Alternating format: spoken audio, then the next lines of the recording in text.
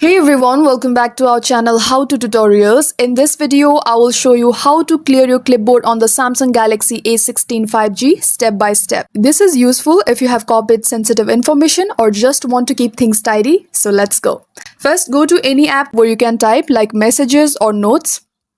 Choose any chat. I'll go with this one. And then tap the typing area to open your Samsung keyboard.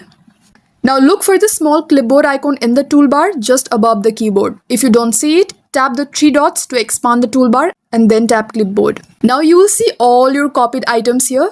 To clear one item, tap and hold on the item and then select delete. To clear all, tap all or the trash icon at the top right. Samsung only keeps clipboard items temporarily unless you pin them. So once cleared, they can't be recovered. And that's how you clear your clipboard on the Samsung Galaxy A16 5G. If this video helped, hit like, subscribe and let me know in the comments if you have any queries. Thank you for watching and I'll see you in the next one.